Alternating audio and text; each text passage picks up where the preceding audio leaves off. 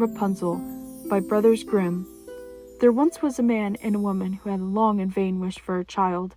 At length, the woman hoped that God was about to grant her desire.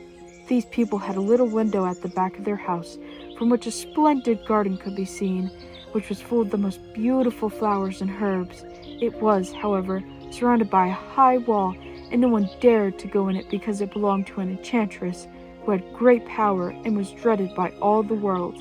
One day, the woman was standing by this window and looking down into the garden, when she saw a bed which was planted with the most beautiful rampion, Rapunzel, and it looked so fresh and green that she longed for it. She quite pinned away and began to look pale and miserable. Then her husband was alarmed and asked, "What ails you, dear wife?" "Ah," she replied, "if I can't eat some of the rampion which is in the garden behind our house, I shall die." The man, who loved her, thought, "Sooner than let your wife die, bring her some of the rampion yourself, let it cost what it will." At twilight, he clambered down over the wall into the garden of the enchantress, hastily clutched a handful of rampion, and took it to his wife. She at once made herself a salad of it and ate it greedily.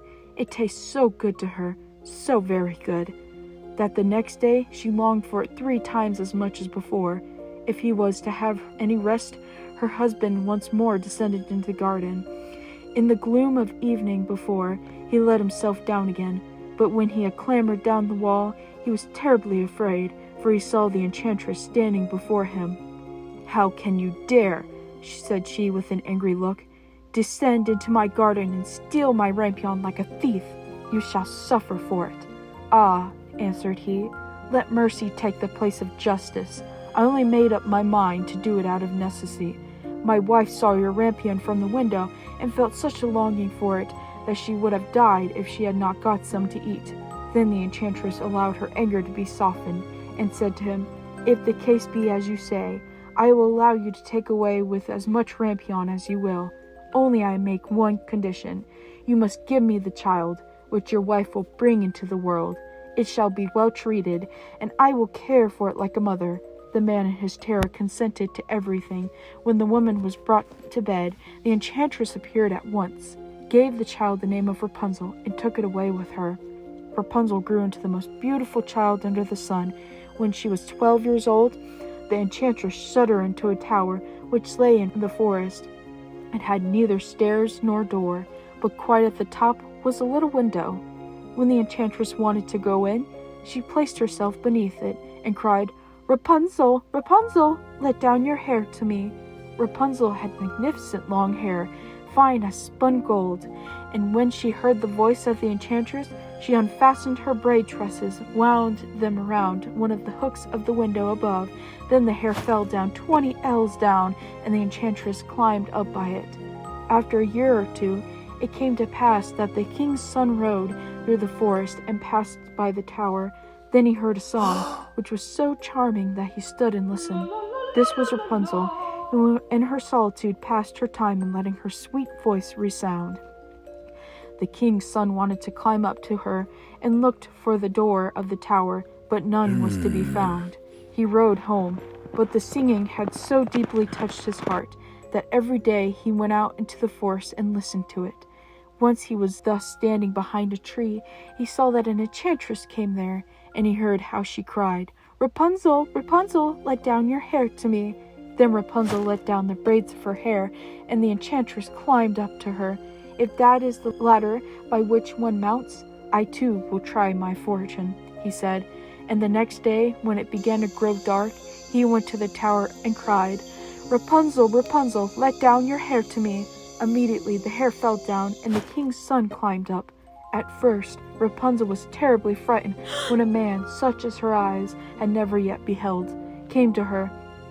But the king's son began to talk to her quite like a friend, and told her that his heart had been so stirred that it had let him have no rest, and he had been forced to see her.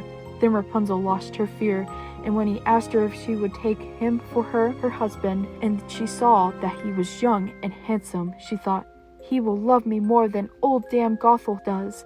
And she said yes, and laid her hand in his. She said, "I will willingly go away with you, but I do not know how to get down."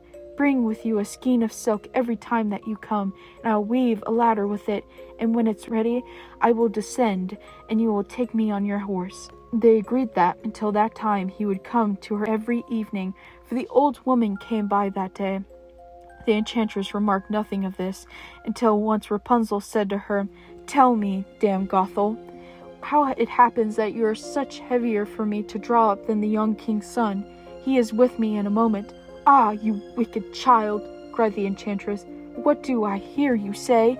I thought I had separated you from all the world, and yet you have deceived me." In her anger, she clutched Rapunzel's beautiful tresses, wrapped them twice around her left hand, seized a pair of scissors with the right, and snip, snap, they were cut off, and the lovely braids lay on the ground.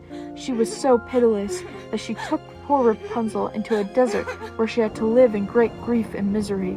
On the same day that she cast out Rapunzel, however, the enchantress fastened the braids of hair, which she had cut off, to the hook of the window. And when the king's son came and cried, "Rapunzel, Rapunzel, let down your hair to me," she let the hair down. The king's son descended, but instead of finding his dearest Rapunzel, he found the enchantress, who gazed at him in wicked and venomous looks. "Aha!" she cried mockingly, "you would fetch your dearest with the most beautiful bird sits no longer singing in the nest. The cat has got it, and will scratch out your eyes as well. Rapunzel is lost to you. You will never see her again." The king's son was beside himself with pain, and in his despair he leapt from the tower he escaped with his life. But the thorns into which he fell pierced his eyes. Then he wandered quite blind about the forest, ate nothing but roots and berries. He did not but lament the deep and weep over the loss of his dearest wife. Thus he roamed about in misery for some years, and at length came to the desert where Rapunzel, with the twins to which she had given birth, a boy and a girl, lived in wretchedness. He heard a voice, and it seemed so familiar that he went towards it. And when he approached, Rapunzel knew him and fell on his neck and wept. 2 of her tears wetted his eyes, and they grew clear again, and he could see with them as before. He led her to his kingdom, where he was joyfully received, and they lived for a long time afterwards, happy and contented.